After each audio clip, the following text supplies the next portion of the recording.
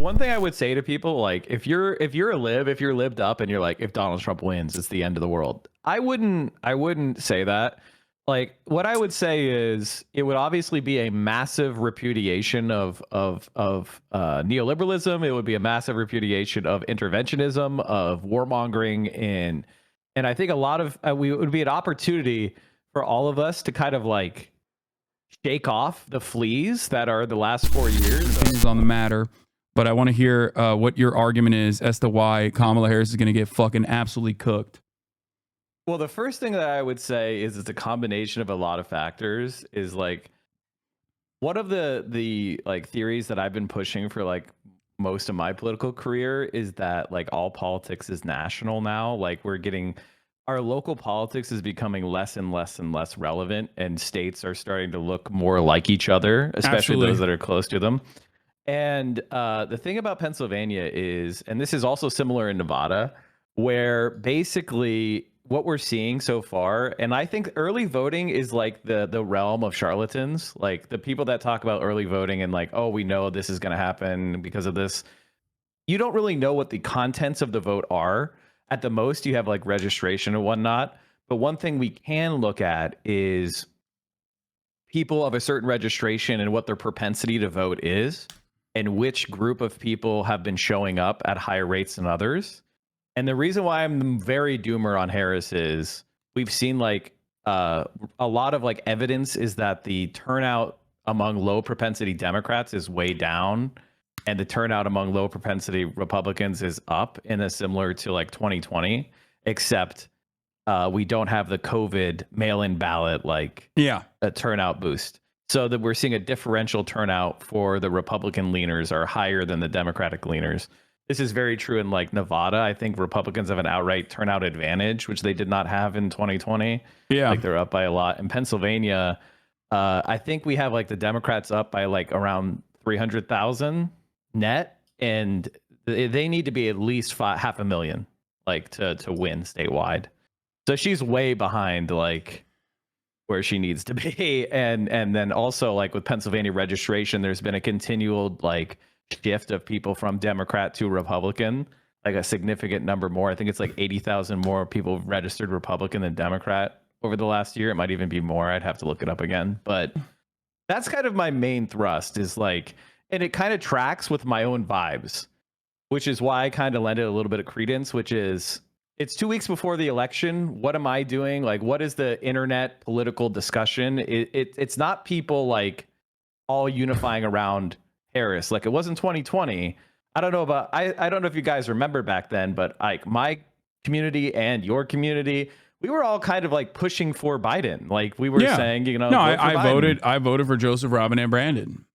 And we were like, yeah, vote for him. We got to get Trump out of there. And we were laughing over Trump getting sick from COVID a week before the election and being like, look at this idiot. You know, when he did that stupid mask ripoff and he looked really weak. And everybody was like, you know, he had to get helicoptered to, you know, like just the whole vibe was a lot different than now, which is we're engaged in infighting. Like the left of the party is under attack. It's a vote shaming thing. It's worse than 2016.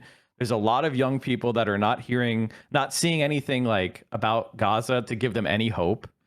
As far as like she's campaigning with the Cheneys. You know, like, yeah, the progressive wing has been completely abandoned. I think you saw that Nation article from the interns at the Nation. Yeah.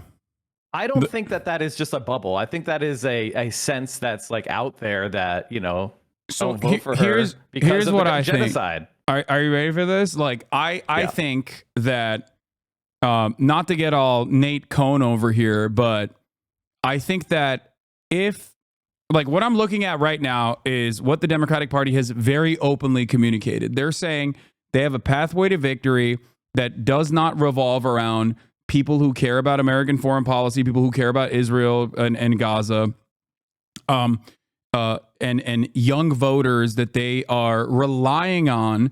They believe that those are firmly planted, that like there is going to be enough turnout from the youth vote that makes up for, you know, the Philadelphia, like there's going to be enough black and brown and young Philadelphians that are voting in urban areas.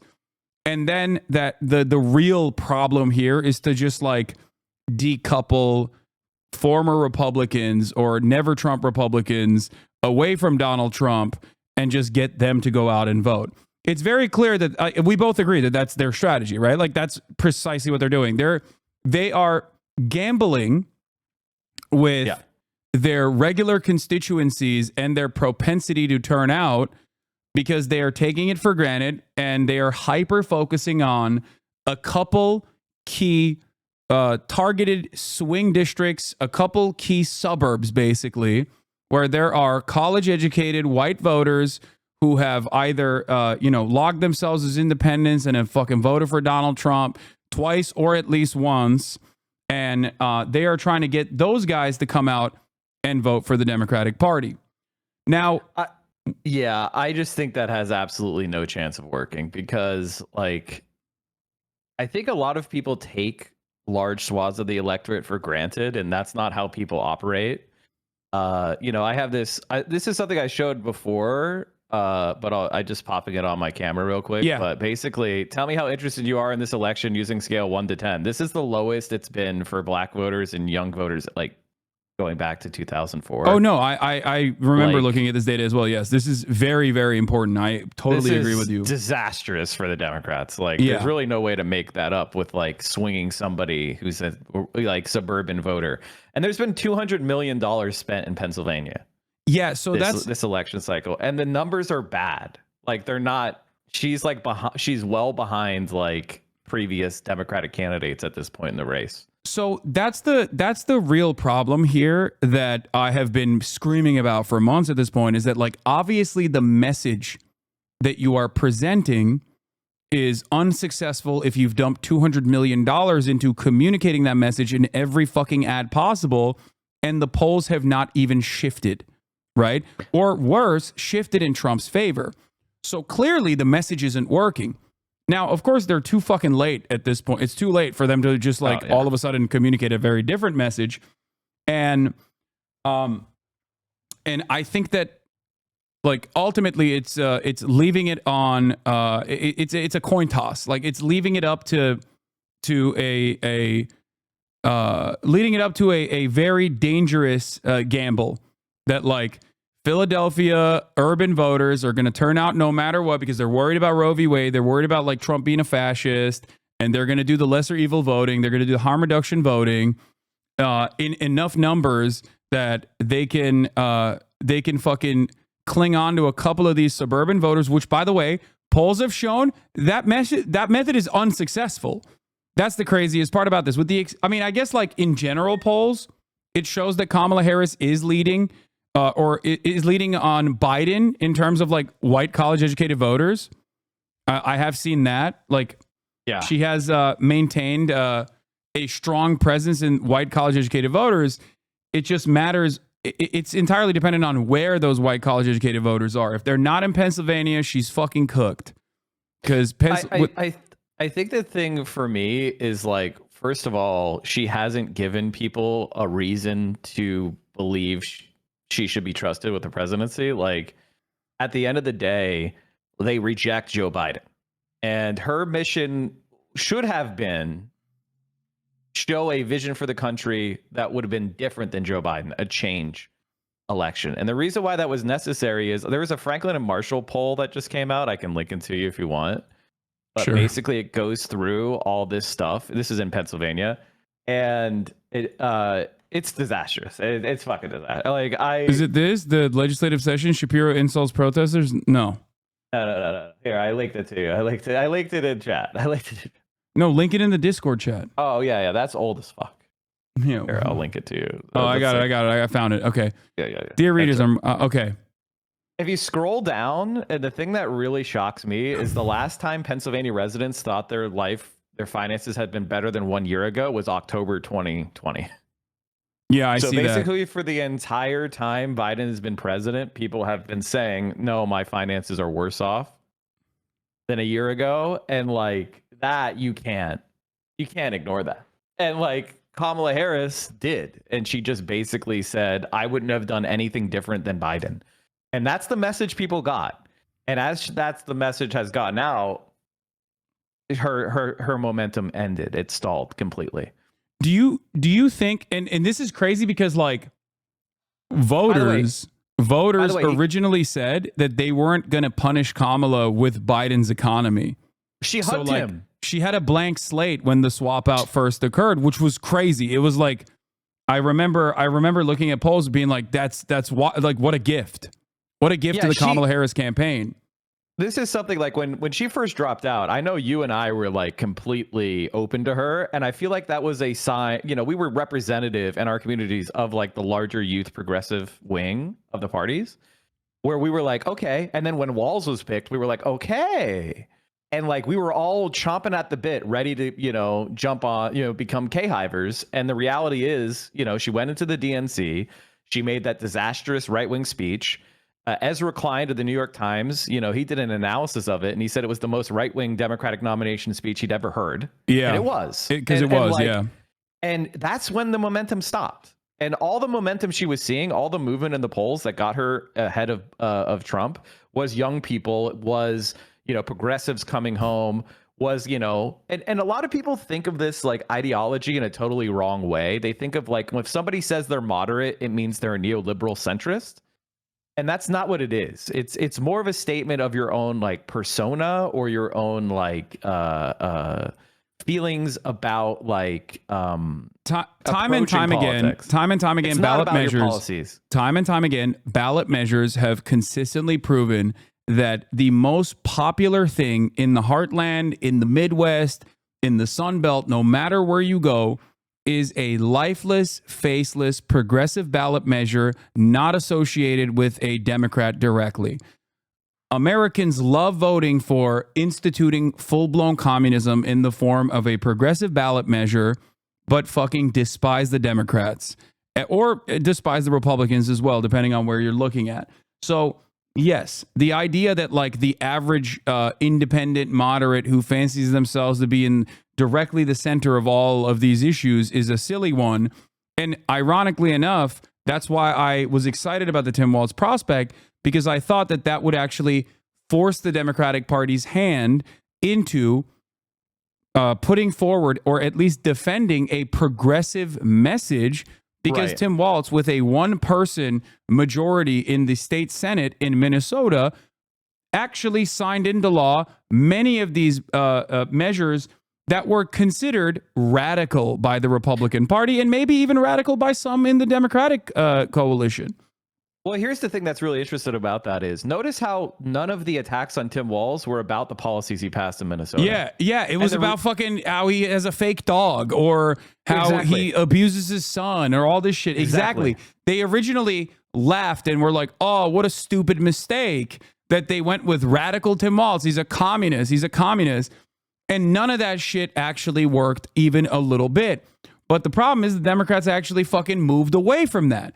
And it's very frustrating, especially when you have one of your most popular policies in a sea of boring neoliberal bullshit be that you are going to tackle price gougers at the federal level with pre-existing law that already is out there. Has is the most popular thing. Yes, and it's very frustrating that they are not. It's very frustrating that they're not fucking. They didn't push that hard enough.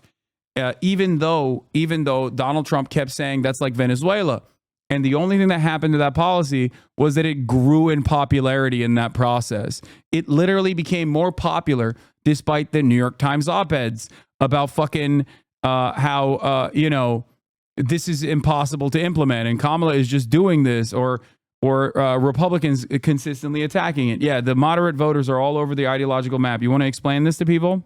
So basically, I popped up from my camera. Basically, go this ahead. is a I'm going to go pee while you explain this. I know I've heard this a million times, but let's hear it. This is a study from a few years ago, but it still holds true. Overwhelmingly, so this is basically a political compass with tilted on the edge. So like the top and the left squares are like the left wing economics positions. And then being more pro-immigration is the bottom and the left. OK, so what you'll see, and these are people who call themselves moderates, and they were all given an ideological test. And one of the things you'll find really interesting about here is the overwhelming majority of people who consider themselves moderate are very left wing. And then the 2/3 to like 70% of people are left wing economically. Almost no one is a libertarian who considers themselves. So like libertarian square is the bottom square. There's almost no one there. And actually, there are some people who call themselves moderate who are extremely right wing, but it's very rare. So basically, when you're running on, when you see people saying like, oh, a lot of people are moderate, but that actually that's a label that's not connected to ideology. It's not like a lot of people are Joe Manchin. That's just not the case. And so that we've known this for a very, very long time, that like self-described ideology doesn't describe what people support. And we can have real world tests of this. Like, for example, in Florida, over 60% of people voted to restore felon voting rights. Over 60% of people voted for a $15 minimum wage. At the same time, Donald Trump was winning by like 8 points. They were getting 60% for the $50. So people are not voting for these candidates as ideological like decisions.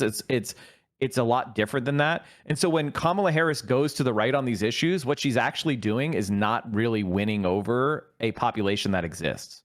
The people that are like, I love Liz Cheney, are not real. The people that love Liz Cheney are actually liberals who appreciate her shitting on Trump. Yes. So these are anti-Trump liberals, and they see a Republican spitting in Trump's face, and they like that. It's not like a moderate Republican who loves Liz Cheney. She does not have. I mean, Nikki Haley. Nikki Haley is the greatest example of this. Nikki Haley is the perfect example of this. Nikki Haley ran against Donald Trump. Nikki Haley said, whoever swaps their candidate first wins this election. Okay, but when it was Biden versus Trump, Nikki Haley literally is pro-Trump. She's voting for Trump. Nikki Haley voters are also voting for Trump. A lot of Nikki Haley voters in open primaries were actually Democrats who also either registered for the Republican Party to vote for Nikki Haley, or are also, going to end up, if they were Republicans, are going to end up voting for Donald Trump. Going after this Nikki Haley constituency is so fucking stupid. And that's precisely what the Democratic Party has done. Now, here is the other side of the equation. And this is why I think that Trump's chances are not great, regardless. Trump, what would you say to the argument that like Trump is maxed out on support? Would you agree with that assessment? That he is like... No, probably not. Just because like we've seen him significantly get more popular in kind of a nostalgic way. Because like if you look at, I would say that like he does have kind of a ceiling near 50%, but it is high enough that he can win. So you know what I mean? Like and if you look at his like approval rating, like his favorability has improved significantly from 2016. Yeah, that's he's true. Actually in the most favorable he's ever been. People think of his presidency as relatively more successful than Biden's. And, they don't really hold the COVID thing against him. Like, you know what I mean? And I don't think people really hold COVID against Biden either. They just hold the inflation against Biden.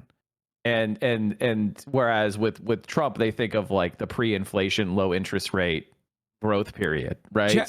Chat, Mike is right. That's just the way Trump, it is. Mike is right. That's the way it is. Trump has never been this popular in any of the elections that he has run. This is the most popular he has been at this stage in the election. That is objectively correct. Okay. Now he's not he's not popular. Like he's still net negative. Yes. That's what I'm saying.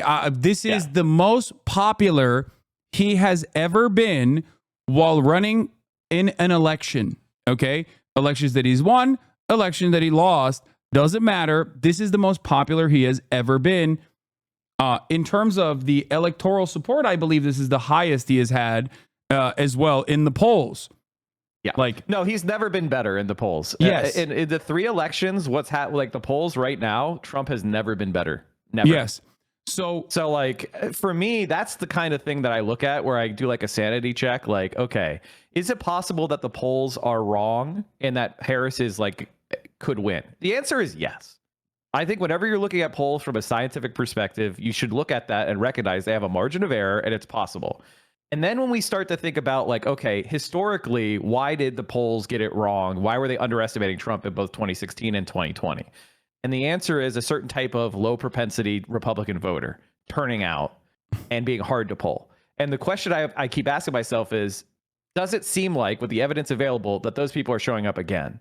And does Kamala Harris have a commensurate like rise in low propensity Or Democrat wait, hold voters? on. Or where they're showing up. That's important too. I think that like my argument or my vibe overall on this is that there is a very high likelihood that Trump can win. I still think Kamala Harris is like I put think her she's an underdog at this point. I put Kamala Harris like marginally in a better shot than Donald Trump, because I do think that the polls, at least pollsters from what I have seen, have slammed at least 2 points in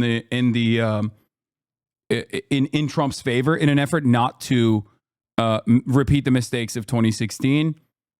And even Trump overperformed the polls in 2020 as well, to not to the same degree, but like he obviously overperformed polls in 2016, and he also overperformed the polls in 2020 as well. He actually so this time I think pollsters are like literally fucking slamming 2 points no matter what. It's interesting. It's interesting you say that. It's interesting you say that because like he did overperform the polls more in 2020 than he did in 2016. He was just further behind Biden in the polls. So like the polls had Biden up like 8. He ends up winning by 3. Well, that's a 5-point error, but he was so far ahead in the polls that he still won, right? Whereas in 2016, Hillary was up 3 or 4 in the polls, and then she ends up losing the close states. So she loses, and the polls were wrong like by 2 points, right? So the 2 points were more relevant because of where they were, like how the numbers were looking. But 2020 was actually worse. So the question we have to ask ourselves is: have the pollsters figured out how to poll the electorate that supports Donald Trump in general elections correctly? And I don't think we can know that until the actual election happens, which is why I have any.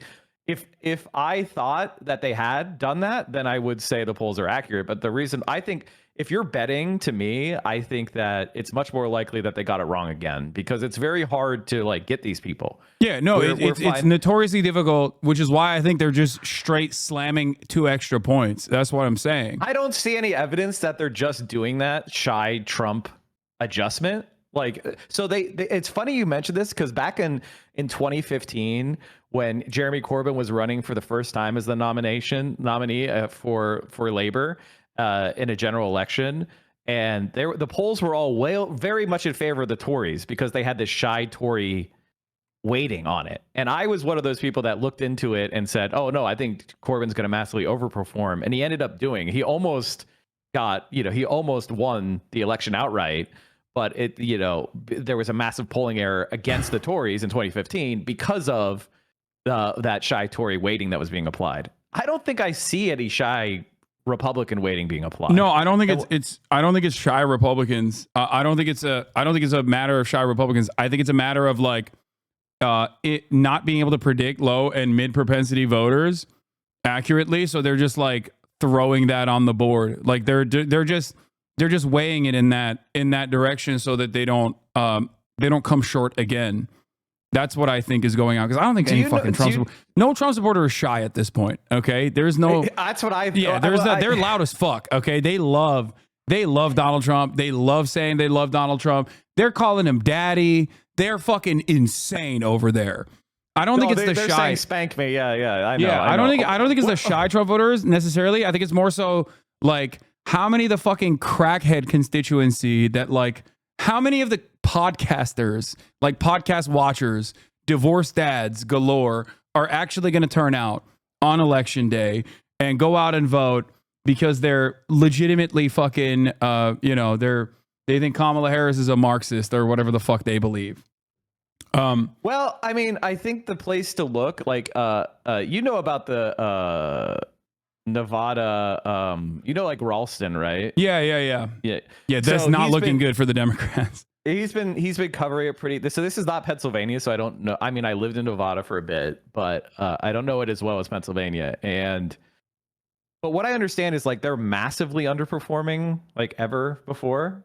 Like in the early voting, like the Democrats are actually less turning out in early vote. And that's like never before happened because of the Reid machine. And one of the things that was really interesting is a GOP operative, and this is quoting from Ralston, Jeremy Hughes said that the problem for Democrats comes up when we look at the low propensity voters. GOP 204 voters. So when you say somebody's 204, you're talking about the last general elections, right? Mm-hmm. So if you're a 204, you're a low propensity voter. Means you've missed two of the last 4 general elections. We consider that low propensity. Anybody below 3 of 4 is low propensity voter, right? So of the 2 of 4 voters, they have 25.3% turnout among GOP. Of Dem 204, it's 20.9% turnout so far. So I mean, but that tracks. That literally is like represented in the national data as well. That's like the assessment is that that means Harris loses. Yeah, that would be terrible. So that is precisely the reason why I've been like, that is what I foresee as like possibly being Kamala Harris's demise, is that low and mid propensity voters do turn out specifically in the states that Kamala Harris needs to win. And Kamala Harris actually hemorrhages enough of her base, like the reliable votes that she normally gets from urban areas, younger voters, black and brown voters, and hyper focuses far too much on the Republicans in the suburbs, which have proven to be ineffective with all of the communications she's put out so far, and it doesn't carry her across the finish line. Like I'm on that. I understand that completely. I've been screaming about it for months. I just I still think that I still think that there is a pathway to victory. I mean, she could win, but like, you know, as I said, because polls can always be wrong. You know, you could have a polling error against her. I have a theory of the case for her if you want to hear it later, but I'm not very confident in it. And the reason why is because like one of the things that was really interesting in this data that I saw is that the GOP is winning among new voters and voters who have never voted before. Like of people that are registered Republican but who have never voted before, they have 17.8% turnout for the GOP right now in the early vote, and among Dem voters, it's 13.9%. So that's like so like people that are newly registered are turning out at a much higher rate if they register as a Republican. Thus far, you know, this is early voting. We got to wait till all the way to election day. I do think that there tends to be an advantage of non-college educated voters the closer you get turning up, which I think Nevada, like I always thought Nevada would probably be held by the Democrats, but because they have such a weak Senate candidate, but I don't know. Like, I'm not trying to doom too hard. I'm concerned that, though, this might actually be like a Trump popular vote win just based on these numbers that we're seeing. And that would be absolutely cooked. And I think the evidence is strong enough there to be concerned about that. You don't think that there's a Trump popular vote victory where he still loses the Electoral College, though? That would only happen if she managed to hold Michigan, Pennsylvania, and Wisconsin. And I think any election path that requires Michigan to be held by Harris is very suspect. I think people really are underestimating the damage that has been done by Gaza because they don't want to deal with it until it actually happens. They're like in denial about it. They're like, no, they won't vote for the Muslim ban guy. And they just kind of turn off their brain and they don't look into the data at all. And if you look at I think Biden won by, how much did he win Michigan by, chat? I was going to say 80,000, but I don't remember. I think it was 100,000. Okay, 100,000. Like there are, you know, like what, 300,000 Arabs and Muslim voters in Michigan? Like, yeah, and I think they voted for Biden by like 70%. Yeah, 70. Yeah. So that's like that, and that's the entire gap. I mean, I guess it's possible. I mean, the path would be that she does move the numbers among white voters closer to, like, she does even better than Biden does with white voters overall. I find that hard to believe. I legitimately find that like almost unbelievable. The idea that Joe Biden would do worse with white voters than Harris would do. I think that the math comes down to white women. Like, I think that's what it comes down to. Like, are white women finally not going to vote for Trump as the majority. And I don't know where that is right now, but I think if Kamala Harris secures white women as the majority voting bloc, then she has a chance of winning the election. The problem, however, is that when you look at Arizona polling, where abortion is on the ballot, when you look at Florida polling, where abortion is also on the ballot, well, I guess Florida is a unique case in and of itself. Florida is like, I think the Republicans are up 10 in the early vote right now. Yeah, Florida doesn't make any sense. It doesn't matter, but like that's crazy. In midterms, and in other special elections, like obviously abortion being on the ballot has greatly favored the Democratic Party in terms of turnout. In the general election, it's a little bit different than midterms. It's a little bit different than the it's obviously very different than like special elections. I think that like not Florida, but Arizona as an example is more important to see if like this kind of additional turnout specifically on abortion does that allow Kamala Harris a benefit, an electoral boost. And I think that for a lot of white women in red states, I do not know if they will be able to shake off white supremacy as being their primary motivator here, where they can very selfishly go, yeah, I want to protect abortion, and also I'm not going to punish the guy who took it away from me and my daughters, and then turn around and still vote for Donald Trump gladly. I feel like one of the problems that we have is that the Democratic Party hasn't like drawn those lines, like because they want to do this thing where they like kiss Republican ass, but they don't want to. Like 95% of Republicans are going to vote for Trump, and Democrats don't deal with that that problem. Like they don't go to the voters and say the Republicans are Trump supporters, and Trump supporters are wrong. They're scared to say that. Yeah. Whereas on the other side, the Republicans are like, these are criminals over there. All Democrats should go to hell. And that creates a certain like distance from the consequences of the Republican Party's policies. She doesn't want to attack the Supreme Court. Like, remember, she was on that town hall and she was asked about the Supreme Court getting expanded. And she said we should study it. Well, oh my God. Oh, that was so bad. They already studied it. Biden did an executive order in 2001. They published a report, like I think it was even early this year, about studying the Supreme Court reform. And they came up with the idea of like term limits or something. And so she's basically just running on studying it again.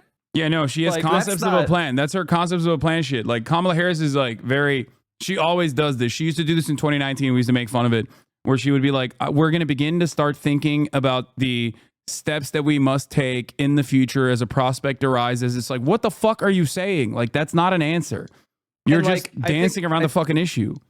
And I think the reason why it's bad is a number of things. First of all, it keeps the Republican Party like free and clear from the consequences of their policies, like on abortion, overturning abortion.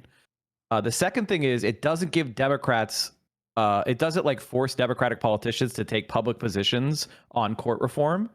So even if she does win and we do get a trifecta, we're not getting court reform because they didn't prepare the party for it. They didn't make it, they didn't run on it. So they're not going to suddenly like come and do this big radical reformation, so it's not possible to reform it.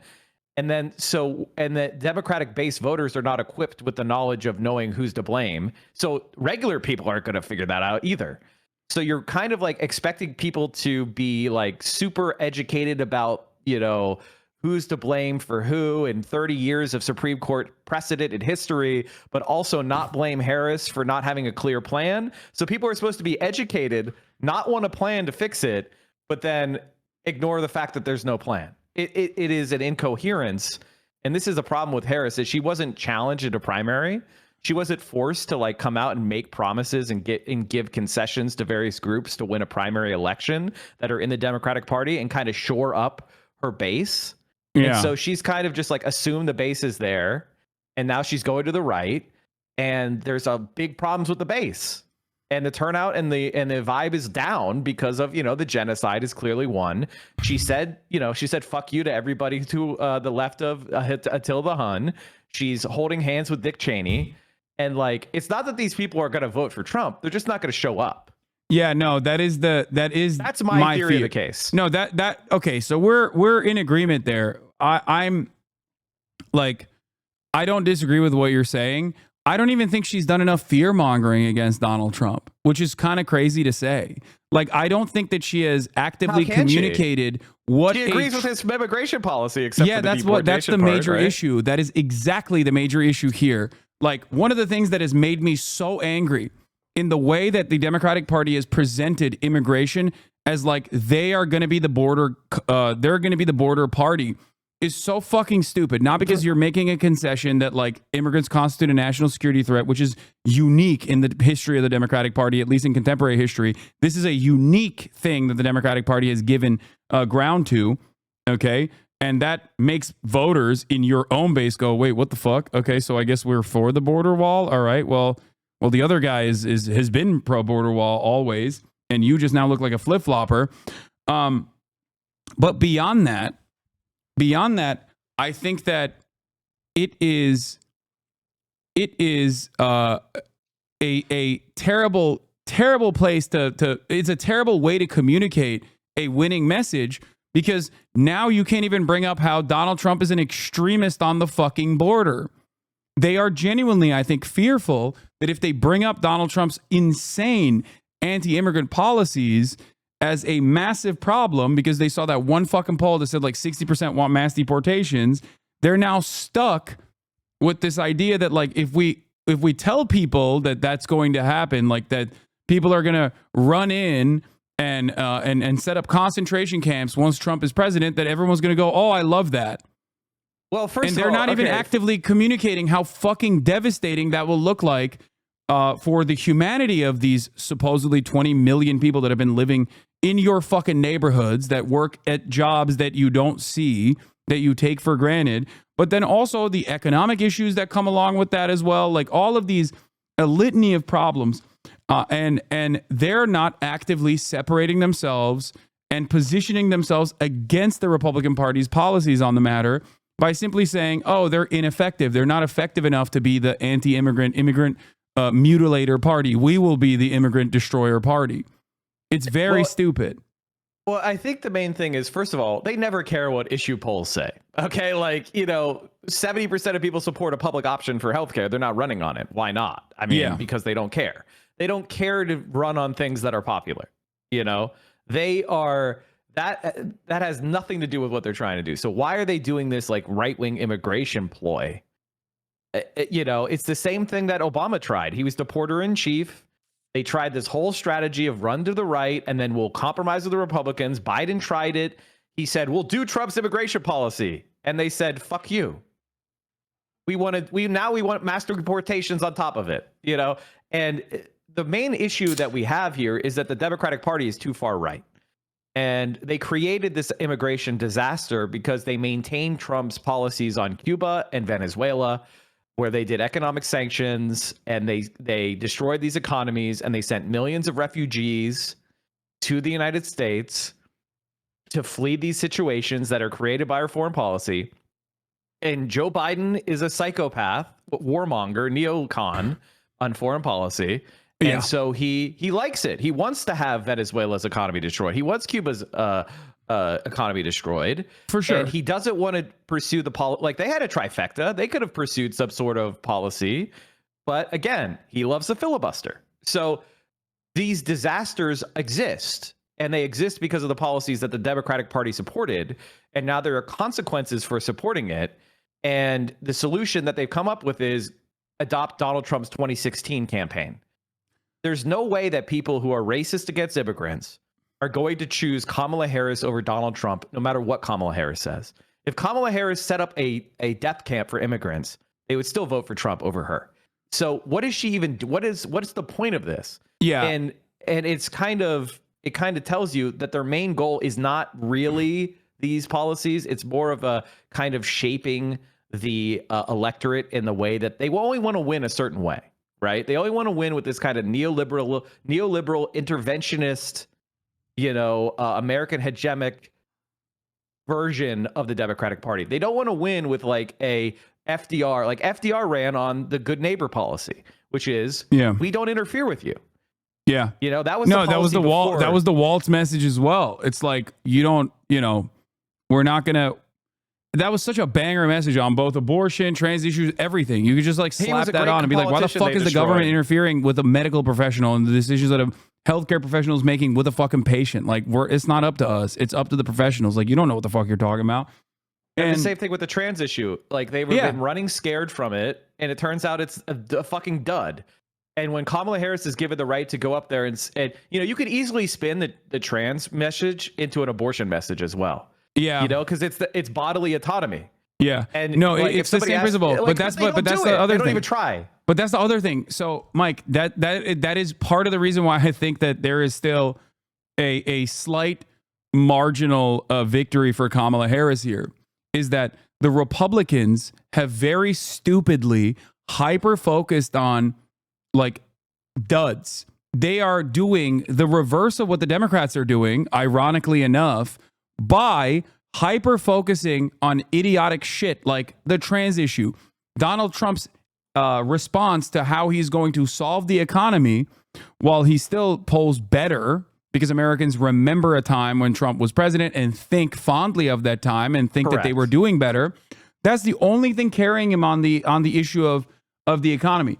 Donald Trump has demonstrably not presented anything that is even remotely resembling like a path forward on how to fix the economy. And not only that, but also has so personally invested in the anti-trans shit that I think people at least look at Kamala Harris and go, all right, well, she's going to expand on some of the things that Biden did, or she's going to do maybe price gouging. I don't fully understand it. But like she said, she's going to expand Medicare to at-home healthcare. Like, I think those are the reasons as to why, if you look at the polls, if you look at like the way that people are viewing Kamala Harris on the economy, she's actually picked up some points on that front in comparison to where Joe Biden was. Oh, true. Now, she could be far ahead depending on how she had communicated her future forward, right, from the start.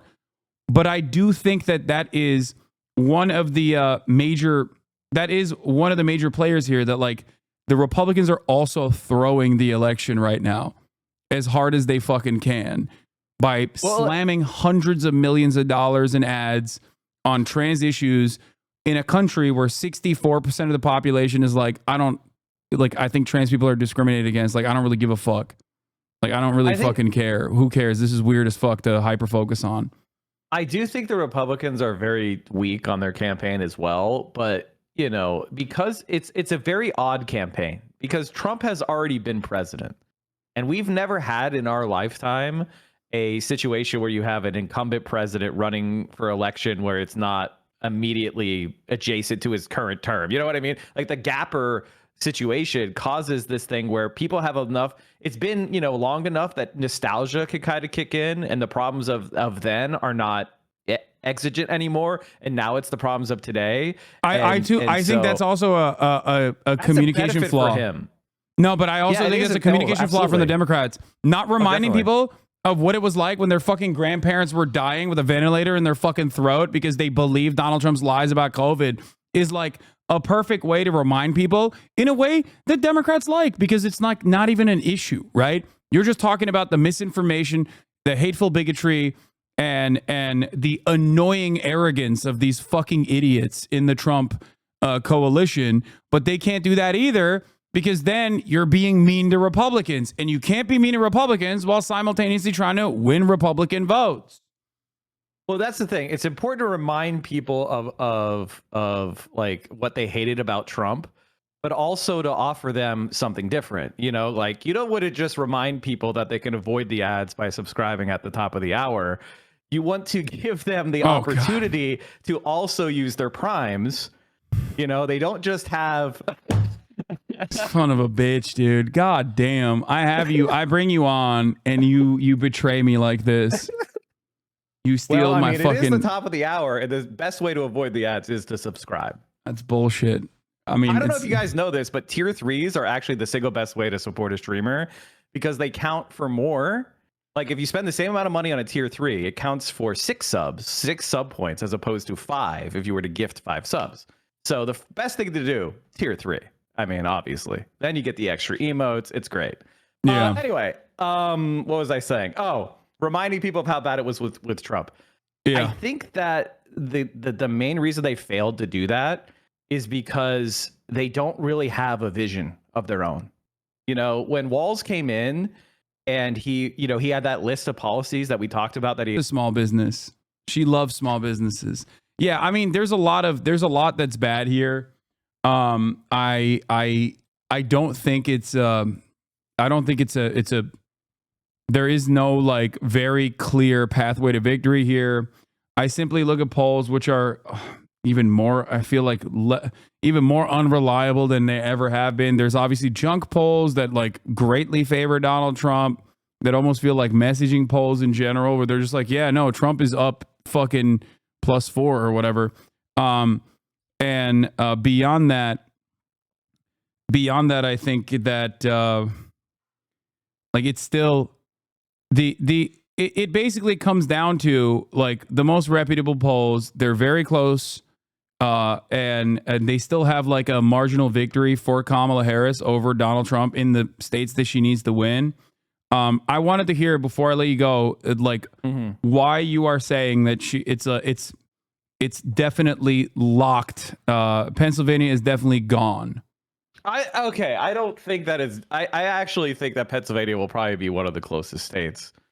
The reason, like my main thought comes to two things. A, the way like the momentum of the polls have all been narrowing. Like all the last like Pennsylvania polls have pretty much been tied or Trump advantaged, and there's maybe like one or two that have Kamala like with a very narrow lead. And when we look at the early vote, let me see if I have this. I have this somewhere. Give me 1 second. You look at the early vote in Pennsylvania right now. I think Kamala Harris, like the Democrats are up 300,000 ballots in their ballot return, and they need to have about a 500,000 vote firewall because the electoral day turnout is always pro-Trump. Austin is in the chat correcting you. He said 377,000, not 300. Thank you, Austin. Where did you get that? He's saying, where the hell did you get that? He is. I'm gonna be really honest with you. He is so locked in on poll watch, like it's That's crazy. Amazing, Austin. Thank you. No, he hasn't. I was just looking at it. He is just looking at it right now. He's losing sleep every day. He's like losing his mind with fears that Donald Trump is going to win. And I mean, like Philadelphia turnout was below Pittsburgh turnout for a while there, which is crazy because Philadelphia is like significantly bigger than Pittsburgh. So like that, ladies and gentlemen, is bad. It shows that the polling, okay, so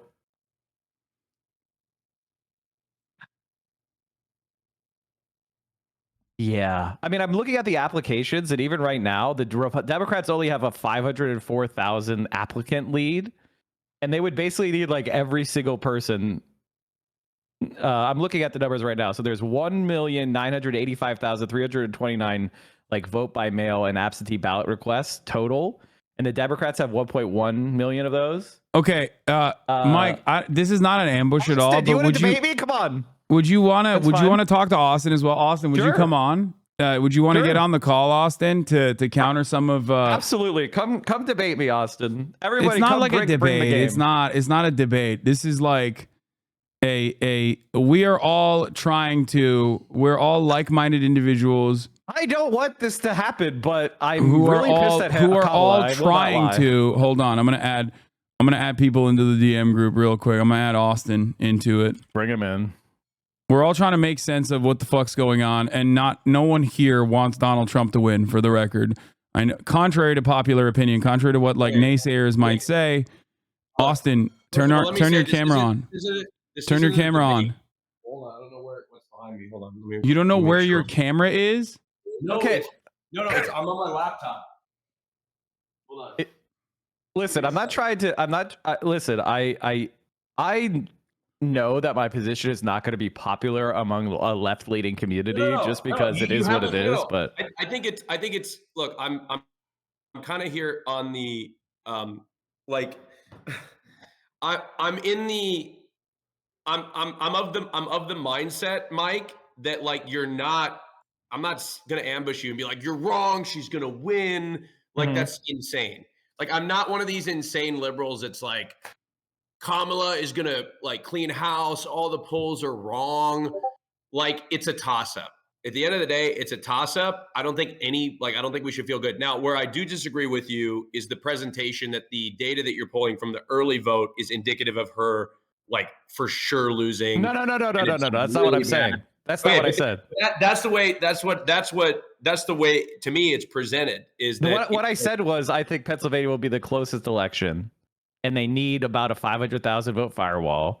right. And they're in the mid 300s right now. And I was looking at the Pennsylvania Secretary of State website, and I was looking at that, and I was like, even from the requests alone, they're not going to get that. So it's going to be like less than 10,000 votes is what I'm saying. Where's this? So one thing I wanted to know or ask you is, why people keep tagging me in Hoscord and I can't fucking turn off my fucking notifications? Go to DND. Go to Do Not Disturb. How do I go to streamer mode?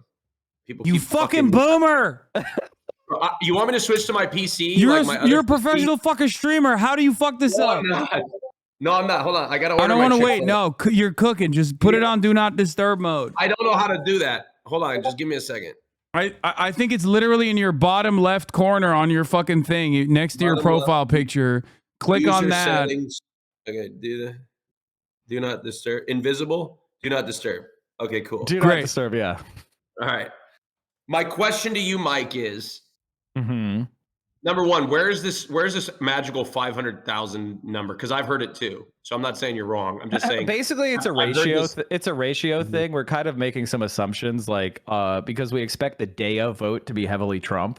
So yeah. Okay, go ahead. And the reason why that is because that's just been the pattern that we've seen. Now, like 2020 and 2022 a little bit, not as much. So what's weird about Pennsylvania is we really didn't vote by mail much before 2020. So like there's the before 2020 Pennsylvania electoral period, and there's the post 2020. Right. And the pre 2020, there was basically no vote by mail. You had to do excused absentee ballots, meaning you had to have a legal excuse to even vote by mail. You couldn't just request one. Right. You had to like swear you weren't going to be at your, voting precinct on the election day. And so we don't have very many cases to rely on. We're really going by some very wide assumptions. Yeah, okay. And go ahead. So what I'm saying is the uncertainty is high. Yes, of course. I think we both agree on that. I think we both agree that the uncertainty is high. So to say things these are very good questions, Austin, by the way. Yeah, no one else would even ask these. I mean, that's a man who interviewed Bernard Sanders recently. The other thing that I think is important to say, because I do think you do a disservice by not sharing this information, and it only goes to your point. There's a lot of unknowns, right? But there is data to support that the GOP has made a significant investment in the last 4 years to bolster their early vote, right? So what you're seeing a lot of right now across a lot of the swing states for the GOP is the Republicans are performing better in the early vote, as you would expect with that type of investment. So you're saying cannibalization. You're saying that they're cannibalizing what would have been day of votes. And I'm not saying this is all that's going to happen, but and look, you can say it's copium, but it's reality. They are cannibalizing day of votes. I don't think it's cope. I think it's a reasonable argument. No, I'm not saying that it's but we're all in the same camp here. We don't know what's going to happen, but I think this is information that people should have because it is true, and it's something important to look at. So the main piece of data that I have to like counter that point is just like when we look at the polls, they start to have like, now that we're really close to the election, they ask you, have you voted yet? Right. Mm-hmm. And so you have like the early vote section of the poll, and then you have the people that are going to vote. And we see in the like are planning on voting in the future a big Trump advantage still. Now I'd have to like really drill down and look at that to see if we could definitively say. But what I would say overall is just like looking at what we have available to us today, a combination of like our vibes, the data, the total data, like what Kamala Harris needs to be at to be assured of win, she's not in that zone. She's not in that zone. She's in the Donald Trump can win zone. I mean, for Like sure. That's where we're at. Yeah. And Sure. I'm more doomer than other people because I just personally think that her mistakes are so big. Yeah, well, and I agree with you. By the way, for the record, I'm sitting here nodding my head. I think all of the campaign has been an absolute disaster. So It started out strong. It started out really strong, and it's really gotten bad. And I really am disappointed by that. It's frustrating, but we all agree that the campaign has been a fucking disaster. I'm just saying that where I think I'm not as doomer as you are.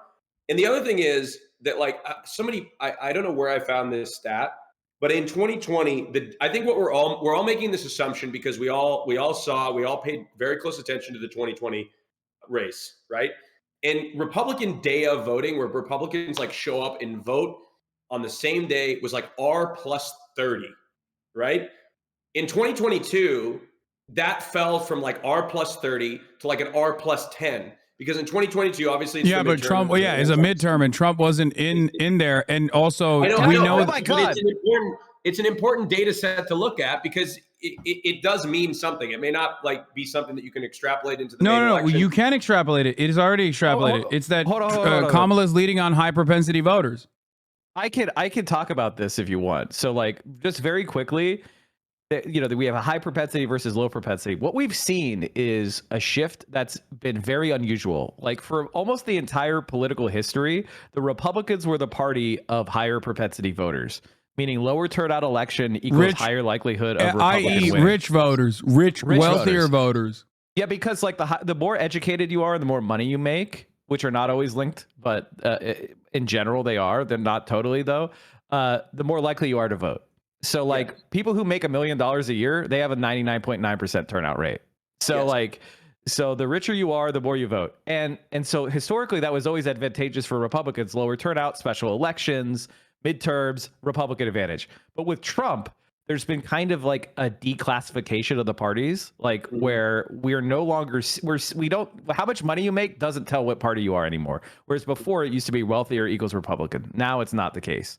And so what we're seeing is and I describe it as upscale voters, or class conscious voters or status conscious voters are more Democrat.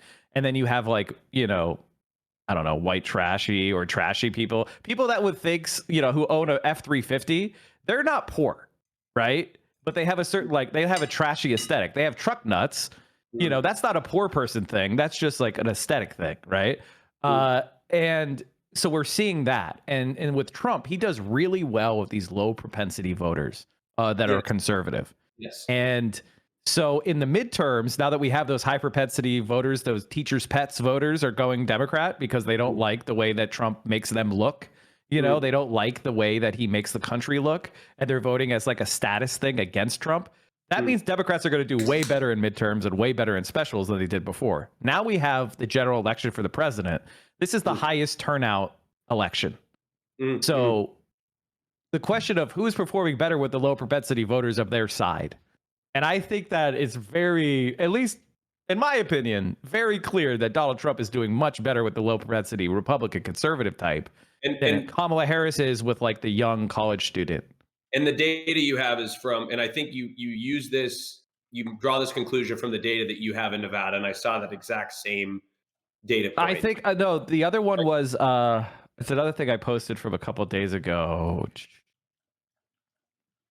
I mean, all of this data requires you to kind of have a mental model, right? And then, we all try to make our best case for it. Yeah, I have a question because genuinely, because I think all of us, you guys are experienced professional political commentators. I'm a guy that tunes in every 4 years to look at Twitter. Oh, you tune in all the time. Don't start. But my point is, I've got a question. I've looked at this. To what degree is this target early, target smart website? To what degree is this providing accurate data? Well, first of all, Target Smart is great. They're a great company. I've used them myself. In fact, and basically what they do is they try to link stuff with voter files. and they try to do like I bought them for digital advertising and campaigns before, but basically what they do is they try to line up like you buy ads for people that you know are like in your district, and like you could like target them, and you could they're like the micro targeting shit. I like Target Smart. They're great. Why? Okay. Which data are you looking at? Well, I've been looking at data specifically. Look, Pennsylvania, admittedly, of all the blue wall states, the Republicans are performing the best in the early vote, right? According to Target Smart. Wisconsin's not looking too good either. Or Nevada. Wait. Why is Wisconsin not looking too good? Where are you seeing this? This is interesting. I never saw this before. According to Modeled Party, and I don't know that's why I asked how accurate it was. But according to Modeled Party on Target Smart, if you go to the state, you go to Wisconsin, by percentage, the Democrats are slightly overperforming by percentage their early turnout by percentage of the total electorate. Do you have a link to this so I can take a look at what you're talking about? Slightly overperforming their here, let me show you. They're slightly overperforming their 2020 at this point with 12 days to go by percentage of the current like voting electorate. And Republicans are underperforming by like half. Like at this point in 2020, Republicans had made up of actually more than Democrats, 43.4% of the electorate with 11 days to go. And now today they make up 21.9% of the electorate. The biggest change in the electorate is the independent unaffiliated category at 41.8% of the electorate. I got to look at this one. This is a little odd. I mean, that's what I said. Well, that's what I was wondering. It's like, to what degree is this Wisconsin? I wouldn't be surprised if like one piece of data was a little bit off. That's interesting. So that's what I was like. Look, if you look at Wisconsin, do you know what these modeled parties things are? In case I got you curious. That's why I was asking, like, what does that mean? So basically, the DNC has its data that they usually use this thing called VAN, right? Mm-hmm. And in DNC, they have access to these Democratic Party voter files. Mm-hmm. And they have like statisticians and things that put together these models, and they integrate like all sorts of data that these campaigns have collected over the years with like big data information. Like, you know, are you subscribed to Men's Health? Are you subscribed to, you know, who fucking knows? You know, you have all sorts of products that you've bought and institutions and organizations that you're memberships of, you know, and they create these models based on each voter, and they have a personalized voter score. Right? So that's what they're doing, is they're taking people that have like returned their ballot, and that's publicly available information, and they're linking it with the Democratic Party's like modeled score of your partisanship. And we all have two scores. The first score is our voter propensity score, and it's 0 from 100. And then we have a voter partisanship score, 0 to 100. And so they're trying to see, you know, if you have like above an 80 or whatever, that you're like a Democrat for sure, right? And that, I think, is what they're doing with modeled party, because it's not like your registration per se. It's like what their scores say that you are. So, okay. So what's happening here is like, they don't report by registration in Wisconsin or Michigan. So the model is doing. Is that true? Is that true? I don't know enough about those states. No, Wisconsin, they don't report by registered party. So we don't know exactly. So I'm just looking off. That makes sense with the unaffiliated number. Then that means there's some sort of issue with the model where it's like it's not able scoring to tell people as Republican. You know what I mean? They're scoring a lot more people as is this an assumption that we make, or that, you know, that's what I'm saying, you know, like, are we making this assumption? Because if you look at the state of Wisconsin based on I'm not trying to debate you here, but just based on Target Smart, something that you said to be very, I think they're good. I mean, I don't know. Right? It is showing in Michigan, or also if you go tab over to Michigan, at this point in 2022 or 2020, with 11 days to go in the election, the Democrats are outperforming themselves. Like, from at this point in 2020, they were 41% of the electorate. In 2024, this model says they're 52.2%. The Republicans are underperforming at this point with 11 days to go at 37.7%. Of the electorate. So I mean, by this model, now I don't know how reliable this particular model is, but that's just what it says. And I'm not. This is just where I'm going to find my information. So Yeah. to your point, I agree with you and how the Harris administration is handled from a policy standpoint. I'm not disagreeing with any of what you guys say with how the administration has handled themselves or the campaign has handled themselves. Like, I think they've done a terrible job. I'm just looking at the raw data, and I'm asking for what you make of this. So what I would say is, like, I would say that any state that doesn't report by registration and is doing a modeled party thing, and they have like big changes and like 10% plus, that doesn't track. So like there is something going on with the model where you can't like use it. It doesn't make sense that like the unaffiliated would jump by 10% like that, and the Republican would drop by 10%. You know what I mean? That's not like not possible. Like if you go to like, yeah, but you're seeing, hold on, but in Pennsylvania with registered party, you are seeing a 10% jump by Republicans in early voting. Yeah, that would be bad, right? Like that makes not necessarily, because we talked about the GOP's investment, and it makes sense why Republicans are performing better in the early vote. That's what I'm trying to say. It makes sense. It tracks. I'm not saying this is a good thing. I'm not saying that she's going to win. I'm just saying, based on what we know, I think a lot of us remember 2020. 2020, we were in a global pandemic. The voting patterns are going to be completely different in this election. And I know 2022 not completely. No, I mean, it's universal mail and universal registration is a pretty significant driver of turnout. Definitely. Like it was much easier to turn people out in 2020 than it is now, right? Like, especially in Pennsylvania. So like, here's the thing about these models. This reminds me of 2016 very much, because when in 2016 I was working in Northampton County, which is like the swing county. It's one of these what we call pivot counties. They voted for Obama twice, and then they voted for Trump in 2016. Yeah. And I was there in 2016, and we were doing some GOTV work with Hillary Clinton's models.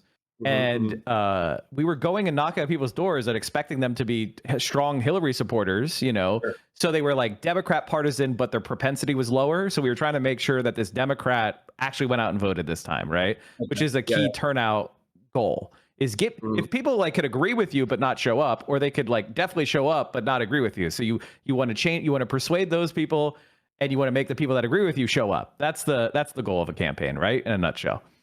And we were finding way too many Trump supporters. We were finding like, oh, this data is totally off. Why are we running into so many people that we think are Democrats that are Republican? And the answer was they didn't do normal campaign field work, where you try to contact people ahead of time, and then like they say, I pledge to vote for Hillary, and then you mark them down as a Hillary supporter, and then later, when the election is happening, you come and turn them out in GOTV that would get out the vote, right? And so because they skipped and they just used models, they were mistargeting a ton.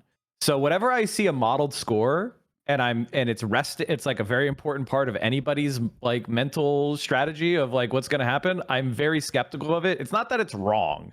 It's just I don't find it plausible that there would be such a huge shift. And when I look at like the PA on Target Smart, when they have those like registrations, I'm seeing like 65% of 2020 model party Democrat, 1 million, right? And then 64% model party Democrat, 727,000. That tracks to me. What I mean by that is like, we're not seeing a 2020 turnout. We're seeing a significant drop of 30% of the number of people that are voting by mail, because everybody was voting by mail in the pandemic. And a slight drop off in enthusiasm, right? So we're, instead of 65%, we're seeing 64. And, you know, it also makes sense with the story you were telling me about how much money was invested with Republicans. A lot more Republicans are turning out. So that tracks, right? So you have 376,000 of Republicans voting early. And in 2020, it was 429,000, which is shocking, because like a lot more people are voting by mail in 2020. The fact that the Republicans are nearly at 2020 levels in the vote by mail, that means they're ahead of the curve of what you would expect. The Democrats are down 30% in the count, and the Republicans are only down by like 5% in the count. That's a concerning fact. Now, the copium is they're cannibalizing. That's the hopium. That could be true. We will only know that on election night. Unfortunately, all we have to go by is the polling, which shows 48-48, right? Sure. I mean, Yes. Like I said, I know 2022 is a high propensity voter. Uh, is a high propensity voter. High turnout election 2020. 2022. I'm sorry, the midterms. Oh yeah, the But midterms. in Yeah. the midterms, you saw a lot of these mail-in voters switch to election day. Is what I'm saying. So you So think the Republicans won't have as much of an advantage on election no, day? no. I think they're going to have an advantage, but it will not be what we saw in 2020. And I think everybody has this expectation that Republicans are going to show up with a 30-point advantage on election day. And that's why they look at the early voting numbers and they're like, holy fuck, she's going to get killed. But if it's any, like, I know 2022 is a midterm, but a lot of Democrats shifted to election day voting. Look, I'm not saying she's going to win. What I'm saying is the data isn't as bad as it looks, because like we are all stuck. I agree with you, by the way. You've made I firmly agree with you. I think that early voting data you have to take with a gigantic grain of salt. Like you shouldn't use it as your primary argument. I think the main argument for Kamala Harris losing is just the polling averages are bad, and it's hard to poll those low propensity Trump voters. For sure. And you know what I mean? That's the main argument for her losing. It's not the early voting data. I more have Hassan's perspective on the polling, which I agree with you that that voter is hard to poll, but polling is all over the fucking place. I mean, pull up some of these polls and look at like the demos of some of these polls. I saw a poll that where like Trump was winning 55% of the it was a poll that everybody was freaking out about. They're like, oh my God, Trump's ahead by this much in this particular swing state. And you pull the tabs and it's like 55, Trump's winning 55% of the women votes. They're all over the place. They're all over the place because they don't want to be wrong. They don't want to make the mistakes that they made in 2020. They don't want to make the mistakes that they made in 2016. So I actually think you should take polling with a grain of salt. They're all. I agree with you. I agree with you. I think the main thing that you can say right now is it's a toss up. It's the most toss up of toss ups. Yes. But the reason why I tend to lean toward the more doomer aspect of it is just the intangibles and all the vibes and like they're down for Democrats. That's for me. Can I say some truth that I think is people may disagree with it? Look, she's run a terrible campaign. Like she's run an awful campaign, in my opinion. I think she's done some right things, and then she's also failed. In many ways, she doesn't. Be based on a lot of factors, she doesn't deserve to win in the eyes of this community. And so a lot of people there isn't a lot of copium in this chat.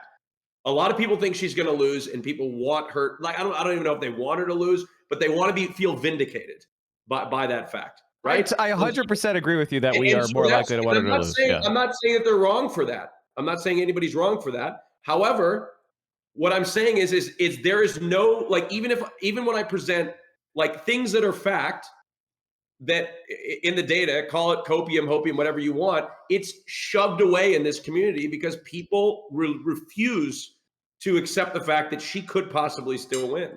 No, I think that anybody who thinks she First of all, win I want to clarify. I have maintained the position that Kamala Harris, especially a couple months ago, was going to win. I know you have, but a lot of people here, Hasan, every time I presented something that is very true. The GOP made a huge effort to get out the vote, get out the early vote, to reverse their earlier strategy of like calling it voter fraud. They have done that, and they're seeing success. They saw a little bit more in 2022 and even more in 2024. So you would expect their share of vote to be more representative in the early vote. And that's happening. But like when you present that as like, oh, that doesn't necessarily mean that she's getting her ass kicked when you compare it to 2020 based on these factors, people just like brush it aside and be like, oh, bullshit, cope. No, you know what I mean? I think your argument is actually this is actually a major source of concern, definitely for the right, because they stupidly were like, oh, don't vote by mail. It's all a scam. That was very stupid and ill-considered. Like in Arizona, for example, Republicans had been the people who had an edge in vote by mail for many, many, many, many years, many, many cycles. Arizona used to be like kind of like the white Republican would vote by mail.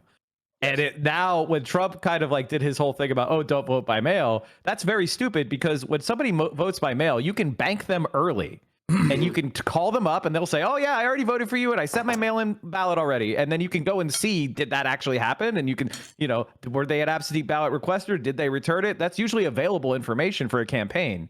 And so you can like literally start counting your votes, and you have a model of the election, and you have what we call a win number, right? In a campaign, everybody has a win number, which is the number of votes they believe they're going to need to hit in order to win, 50% plus one, right?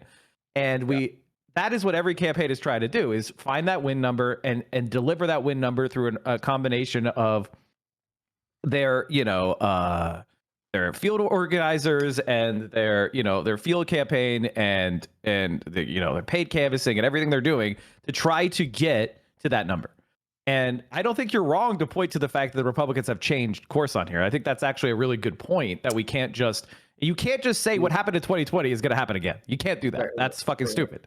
Right. I think the main reason why I'm more skeptical of this is it's just like, I think the problems with polling are still around, and like, because of the compositional change of the Democratic Party toward these higher propensity, more likely to respond to polling demographics, if there's a polling error, it seems to me more likely than not that it would be against Trump than for Trump. You know what I mean? Like these, the lower propensity white voters, they're not the ones picking up the phone and saying how, they're not sitting there for 35 fucking questions.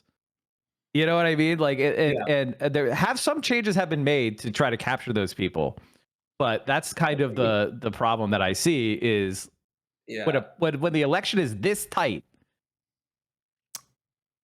Well, that's what I'm saying. They have it's not good for her.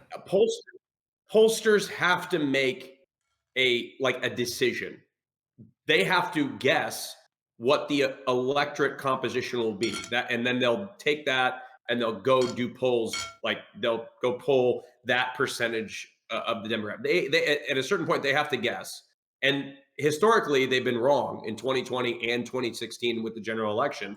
So, I mean, there's reason to believe that they are overcorrecting here. But we'll see. Who knows? God knows. So your belief is that there's kind of a systemic bias against the Democrats in the pollsters, and that they are modeling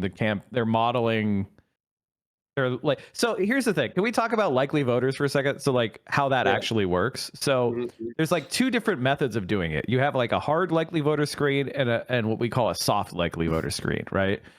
And the hard is basically looking at, does this person vote? Do they have a track record of voting? And only talking to those people.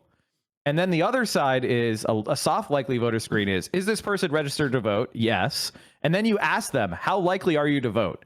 And if they don't say extremely likely or certain to vote, they get kicked out. So like, it's to be a likely voter is a very high bar for a polling. Like, they're kicking out a lot of people that are going to vote. Like, so that's, and I know this because I've purchased like 5 different polls myself. Like I've gone through with these questions of like, how are we going to model it? Are we going to, the things that you're talking about, like what electoral map do we have? And the reality is, when you do a polling with the raw data, you're not going to get the same, like the correct proportions of what the demographics of the electorate actually are. See what I mean? Like if I call 1,000 voters, I'm not going to get the same ratio of each demographic group and each, in perfect alignment. I have to make some changes. Which means I have to, and I'm not going to throw out responses. Let's say I get twice as many educated white men as I need. I'm not going to throw the responses out. I'm just going to weight each one of them by 50%. That's how these polls work. And so, that's why we have these big error bars. And that's the problem with kind of doing too much poll unskewing and diving into the crosstabs too much, because each one of those categories has a huge error bar that is just so big. You can't really you can't excessively focus on those like crosstabs because they're just so uncertain.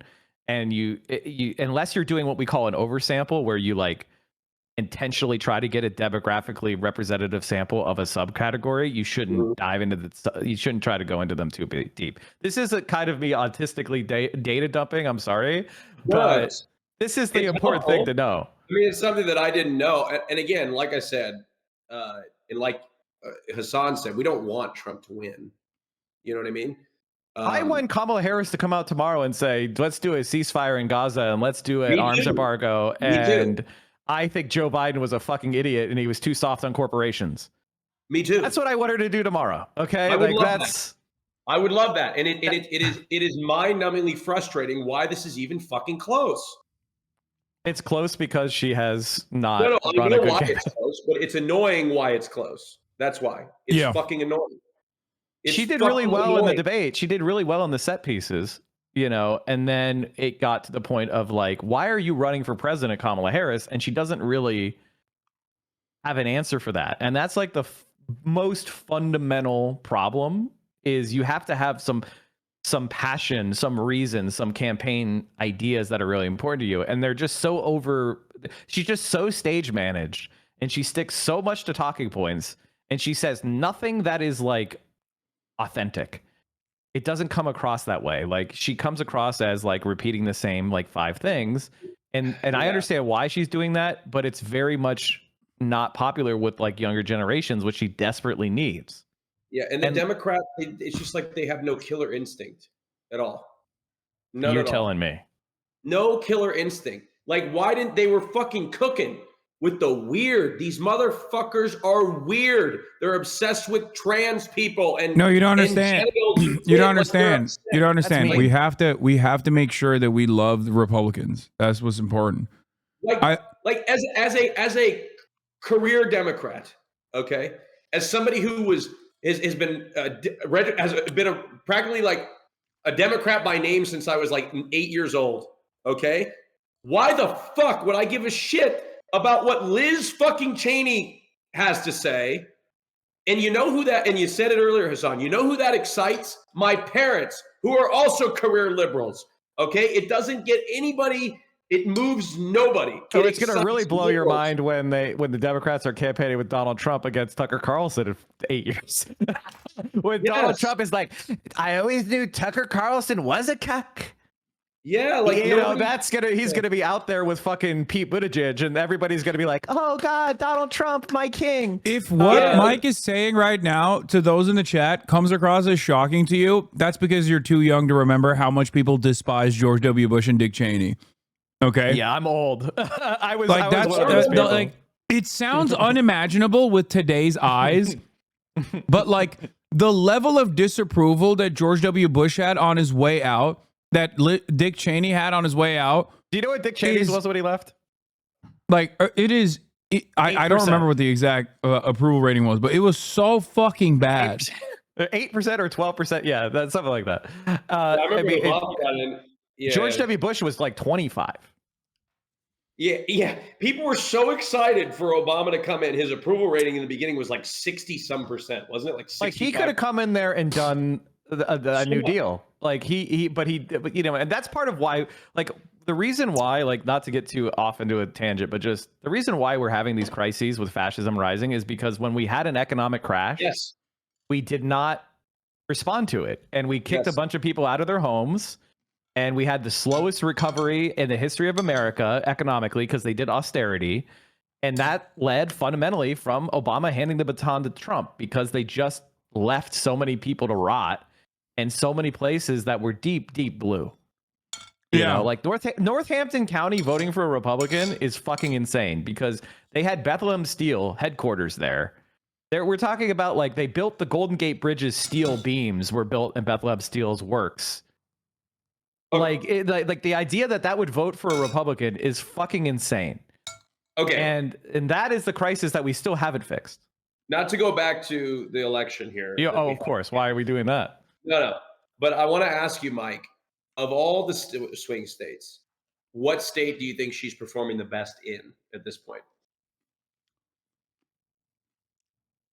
Man, I really do think that the state that this works the most in, the strategy she's running, is probably Pennsylvania or Wisconsin, because they're whiter, and so like in Pennsylvania, like we're talking about the collar counties, so we're talking about like Bucks County, Delaware County, Montgomery County, Lehigh County. Maybe Berks a little bit, we're talking about Luzerne, we're talking about Erie, we're talking about, these are like all these counties, the Scranton counties and the Erie County and Allegheny. These are like much whiter than They're non-evangelical, college-educated, upscale whites. Okay? So those are the people that the ideas that Kamala Harris is like running on is the best strategy. Like these people were, they're country club members. All right. So like they're definitely being appealed to. That being said, I'm very concerned about like Philadelphia and Pittsburgh young people turning out and people of color. And Yeah. that's the other side of the coin. And I think Pittsburgh, like Pennsylvania is like a very diverse state. People don't understand like just how big these cities are. Like Philadelphia is a gigantic city. Pittsburgh is not a small city. Like there's like a very large diverse populations here, and it is offset by like some of the most like rural, like some of the most annihilated counties in the entire country for neoliberalism, like where they lost like 80% of their population and they have like incredible opioid overdoses. And, so there's a very strong like anti-democrat feeling in a lot of these places as well. And so we're talking about so many different cross currents. I think Pennsylvania is probably where this strategy does work the best. There's a reason why Chuck Schumer said, for every blue collar worker, we're going to make them up in these collar counties of Philadelphia. It's because that is really the place where they are the most prevalent. And I do think they have broken a little bit more against Trump. They really just don't like him. But that being said, like the data to me kind of indicates actually very, very, very razor thin election in Pennsylvania. And if that's the case, and also it doesn't matter if Kamala cannot continue, if Kamala cannot rely on her normal constituencies in the urban areas, then she's fucked. That's why I think your statement about voter enthusiasm, especially among 18 to 34, is very important. If there's not enough enthusiasm, either because they are genuinely fearful of a potential Trump presidency, or because, and this is laughable to even think of, that they're excited to vote for the Democrat, simply because she's the Democrat. They had it. I think, I think when we, my feeling is it's going to, like, I put out a map. Basically, I think she loses because she loses Michigan and the Sun Belt. And that's kind of like my mental belief. That's what makes the most sense to me. And I think she probably could hold on to Pennsylvania, and I could see that happening. Isn't she performing relatively well in Detroit right now? Or at least turnout in Detroit is up? So I think Michigan is, I think they have more money than God. And I think they're doing not as bad of a job in Detroit that they could be. They're kind of like, the problem is like they're not outperforming 2020, and 2020 was so tight that it's hard to be like get too excited. Right. Nothing is going to outperform 2020, like other than like the amount of votes that we're going to see at this point, right? Unless you're Georgia, right? Unless it's Georgia, right? I think Georgia has like, I saw like in Georgia, the one thing that made me kind of like go, okay. I mean, mentally, I think Georgia is full of a lot of racist white people. And like when you look at Georgia, I shouldn't have said racist. I'm sorry. Evangelical Christian white people. And they don't really like to vote for black candidates. So I just have a hard time believing it's going to happen. Radical liberal Raphael Warnock being the only exception. Do you think that there's a bunch of like random questions? Do you think there's people out there that voted for Joe Biden in 2020, but they're too racist to vote for Kamala Harris in 2024? I'm like, genuinely, I'm not saying you're wrong. Yes, but I think it's more likely they just don't show up. Okay. I have a, like people flipping from one party to the other in one cycle is pretty rare. Usually people just kind of like get disillusioned with their party, and it takes a while to like fully flip. And so like that's kind of I just think I think with like Georgia in particular, the problem is just like demographically it's not anywhere near as nicely set up as like Pennsylvania, where like the Pennsylvania whites are much more willing to vote for a black candidate. I'm looking at Detroit's turnout by percentage of 2020's like total vote. And right now, with 10 days to go, they've turned out 31.4% of their total 2020 turnout. And I don't know if that's good or bad, but that's what is I would on. have to know what the turnout was in 2020. You know, But I no, think if they're 5%. anywhere near, if they're ever, yeah, exactly. If they're everywhere near like 20, like if they were on the same pace or near to the pace of where 2020 is, I would say that's a lock. I would say they would win. Like if Kamala Harris is like above 2020 in any place, that would be like a huge. Yeah, well, I would be like so much if you more were to likely to hit, believe it. and I follow a very libbed up account on Which Twitter. account is it? It's Mish Voter. Okay, I don't follow them, but First I see of all, them. can I No, just that's say not a this? lived up account. That's a decent one. Mish Voter is Okay. probably the most honest lib account on the entire website of twitter.com. Yeah, Umich Voter is pretty good. I think that they're not a team sports guy and that they only post propaganda. I think they try to. I think they're probably one of my favorite lib accounts because they're like, actually sane. Let me be clear, okay? A lot of people think that I'm out there like an MSNBC liberal, okay? I've come a long way. Like I read tweets. Sometimes I need a little help and hopium, and I'll read down a tweet, and they'll be like, "Kamala's gonna win," and let me like look into it, and then they'll say some shit like Florida and Texas are in play, and I'll be like, "God fucking damn it!" And to me, it'll delegitimize every part of that tweet, and I will look away from it because clearly you're right. They are yes, Austin remembers a time when he was that. That's why. Yes, I mean, last election. I think if Kamala Harris came Austin out here phone banked. Austin phone banked in Texas last election. I did. I'm going to phone bank again, by the way. That was a lot more justified back then because the polls were showing it a lot. I think that's a good get. I think that's a good bet. Like, I think it's going to continue. Like, and when you said, like, you look at Miami-Dade, like, Miami-Dade, I spent a lot of time in Miami. Lift the siege on Cuba. Like, come on. Yes, it is so fucking insanely batshit crazy conservative. They're so crazy down there. Like I said, I spent weeks there last year. Like every other weekend I was in Miami. And you and Benjamin Netanyahu's son. Yeah. Well, I didn't see him out there. You didn't see him out there, no. Okay. Yair Netanyahu, the Groiper. Unless he was at the fucking gay bar. The Nazi. Yeah, he's the son. Unless he was at the gay bar, I didn't see him. Jewish Groiper, 1488. Yeah. I spent most of my time at Twist and Palace. Okay, Palace. Are those the spots? Palace is like the best drag brunch in the country. It's so weird for how conservative Florida is. The gay scene in Florida, like in Fort Lauderdale, the Manor, there's like weird, like oddly like more progressive. That's not odd at all, Austin. Like, did you go to the RNC? I bet you Grindr was more fired up during the RNC than it was during the DNC. Honestly. Yeah, I heard about that, but like there's like a gay strip club. No, Florida's not gay at all. It's just all Hispanic people. Austin just thinks they're gay.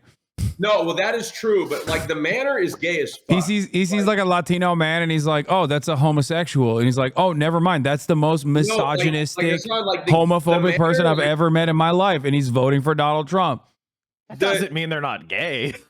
No, he's right. He's right because like you see these people and then you see them at Twist, which is the gay club, and they look the same. Like it's the same outfits.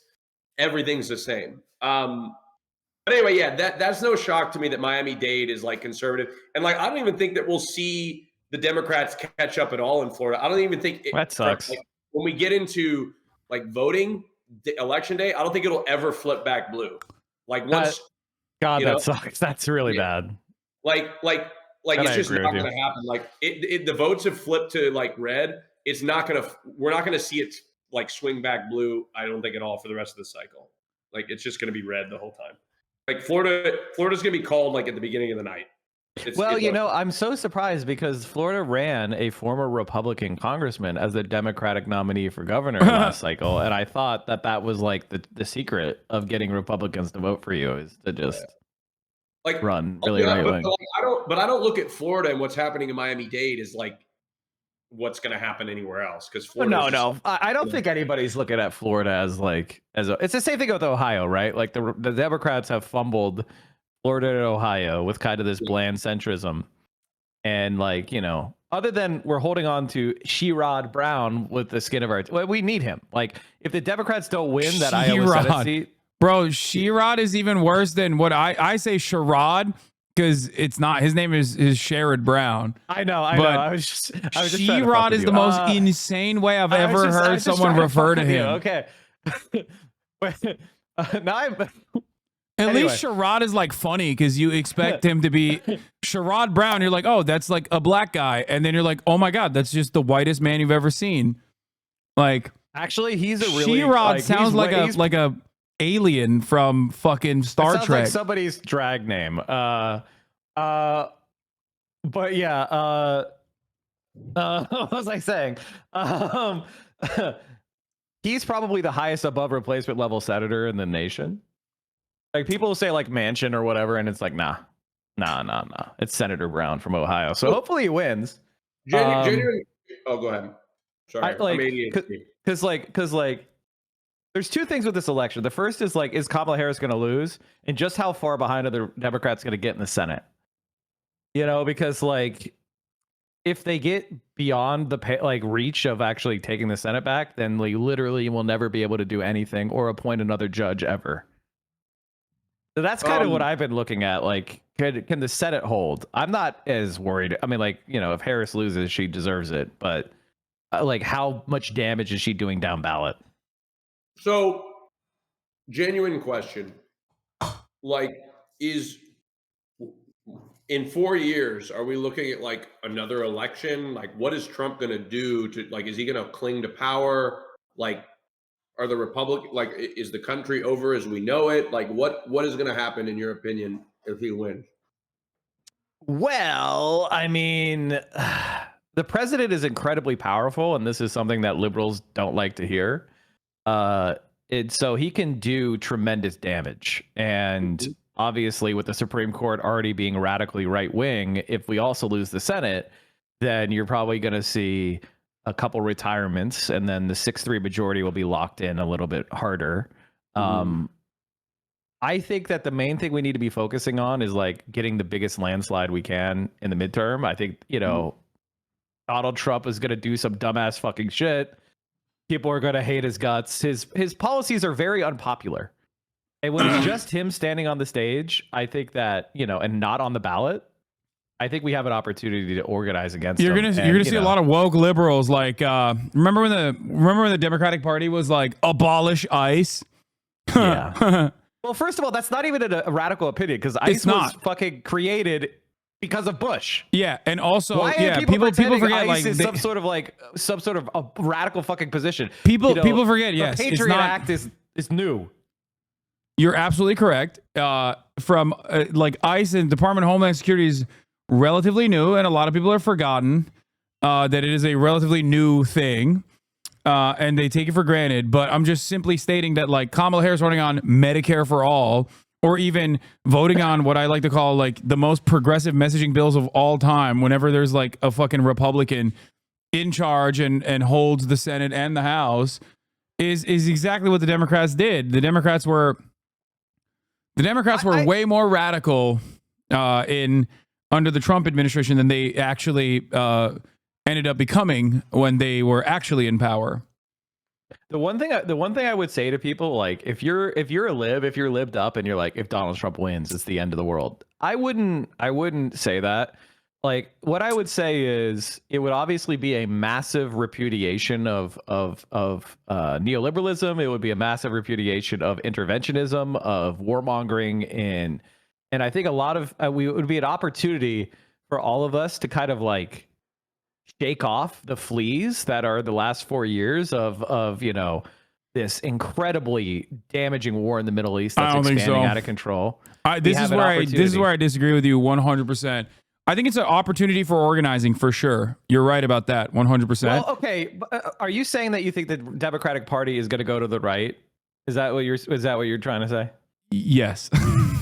Okay, here's the thing about that. There's no such thing as a Democratic Party. It's not like it's not like a party in Europe with a central list and they have the opportunity to discipline people and kick it out. All the Democratic Party is a brand name and a spot on the ballot. Whatever people vote for is what the Democratic Party is. So we have the opportunity to elect more progressive candidates in an open field, in an open primary. I don't know what is going to happen. Could someone more conservative get elected? Yeah. Could someone more to the left get elected? Yeah. Bernie Sanders was nowhere, and he came out of nowhere in 2015. Nobody saw that coming. Yeah, but also Bernie so Sanders. The idea that we should just say, oh, if Harris loses, it's going to also mean that we're going to turn even more right wing. No, the only thing I'm pointing to is post 2016. Look at post 2016. Look at 2020. Look at where we're at now. The Democratic Party only has one speed, and that's going right. Well, we lost. We lost the debate. We lost the vote. You know, we were close, and we got a lot of progressive people in office, and some of those people have lost, and some new people have joined, and a lot of issues that would have never been considered, like Medicare for all or all these other things, you know, even opposing Israel at all, would never have been considered. So, I don't think you're right about that. I just do not foresee a future where the Democratic Party goes, well, I learned my lessons from this last electoral defeat. They're going to do the exact same thing that they did in 2016. Not. Oh, no, the people in power now are ideological neoliberals freaks, and they're going to try to hold on to power. And it'll be our job to throw them out and have no sentiment and to go after all of them as viciously as we can and throw them the fuck out and try to get a actually decent social democratic platform put together where this generation takes the lead from the rapidly dying boomers. If we let Nancy Pelosi keep power, if we let all these fucking freaks that are supporting the genocide of Gaza keep power, that'll be on us. You know, that's the reality. Is like this cycle, we never got a chance to speak. You know, it was no one ran against a Joe Biden, and then it was handed to Kamala, and none of us got the chance to speak. If Kamala loses, the one thing we will get is a chance to speak in the Democratic Party. Maybe we'll lose. I think you're hopeful. I don't think that's going to happen. You have to be a socialist. A socialist has to be irrationally optimistic, fundamentally in our core. If you don't believe that a better future is possible, then you're no longer a socialist. You are a liberal. Doomerism is the last stage of your liberalism. No, I think I'll keep advocating for the same things that I've been advocating for. I'll keep trying to organize.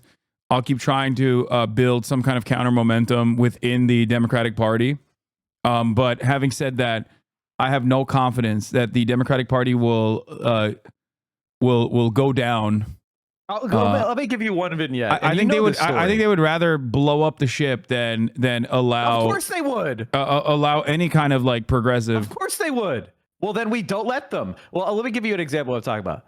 Hold on, she hasn't lost yet, guys. Come on. Okay, yeah. If she wins, well, then that's probably the worst outcome because when she wins, they're going to do their damnedest to kick out every single person who ever said the word "Free Palestine" in the history of the planet, and they're going to be trying to get Liz Cheney registered as the next senator from New York City, or from New York. Why is she going to put I don't want a Republican in the cabinet because but the donors do. I think I'm gonna be honest with you. I think if they lose, Mike, I think if they lose, they're going to do the same thing. Okay, well, then you're really just saying the Democratic Party is lost. But I agree with you, but I'm not going to let them have it because I know something you don't know. The voters don't like them that much. Like, the voters don't really give a shit about these people. I know, but I think this last election cycle has basically solidified that position that, like, they don't give a fuck that the voters don't like them. They don't give a fuck. That's our job to make them give a fuck by throwing them out. I mean, and make them scared. You know, is it going to happen overnight? No, I don't think it'll happen overnight. Like, look at Sean Fain. The old UAW leadership was literally taking bribes from Stellantis executives to fuck over their workers. It was impossible to run for leadership in the UAW. It was locked down with the most corrupt motherfuckers connected to organized crime and were anti-left, anti-communist, corrupt pieces of shit taking bribes to fuck over their workers, create two tiers of worker to, get rid of their pensions. And what happened is that the Bernie Sanders people, they went into UAW with Sean and they said, we're going to bring back the UAW back to its roots. And they won a narrow election, partially using the graduate student voters of the UAW, and they took it over. And then they got the best contract they've gotten in decades. And the left in the UAW is leading the charge. They forced Joe Biden to show up at a picket line because they said, if you don't, we're not going to endorse you. So he fucking cravenly had to show up with his tail between his legs. What I'm saying is things that we think are not possible suddenly become possible. So your first mission as a leftist is to stop playing the dumb liberal game of blinkering what you think can happen. We have no fucking idea what's going to happen. I remember I ran for office in 2014 before you people were even alive. Okay. And what happened? I was considered to be a left-wing crazy, and I was like a progressive. I wasn't even a socialist at that point, openly. And I was like running on, I'm going to start a small business incubator at Lehigh University and shit. Like, this is, obviously I wanted to, tax frackers, and I wanted a moratorium on wells and stuff. All sorts of stuff that was relatively small. And Bernie Sanders and the progressive movement blew up, and we now have a totally new idea of what it is, what you can be to be a left wing. What you're talking about only happens if, I think, in the way that the way that everything is set up, I think that only happens if there is a Bernie style figure running up against a Hillary Clinton style figure that is like an institutional relic that everyone despises, that has like a litany of some valid and some conspiracy theories launched against them. And then you have like a progressive beacon that is ideologically committed and has a strong track record of being a progressive fighter. And then there's still mistakes that Bernie Sanders made in terms of like by being too soft. Yeah, not fighting hard enough. This sort of stuff. Like I don't disagree with you on that front at all. I think win or lose, the Democratic Party is still going to be incredibly hostile, not resistant, incredibly hostile to that sort of progressive momentum. That won't stop me from pushing for it. I have my own feeling like you're gonna lose. You gotta like have at least the elan to be like, fuck them. And the other thing is, we're never going to see a situation. It's not gonna, if they can see it coming, they're gonna fucking sabotage it. Like that's the obvious. It's going to be something we don't expect, and events are gonna happen. Well, speaking of events that are gonna happen, I have to leave right now. Is Israel bombing Iran? Because Israel is, according to reports, bombing Iran. So what that means is the October hasn't ended yet. The October surprise is coming, which is not really a surprise necessarily. So that's what I'm gonna tune into to get some. I'm gonna continue watching the polls and the early voting data, and you guys handle that. Okay. Well, nice talking to you. Nice chat with you, Mike. Yeah, this was great. This was a wonderful conversation.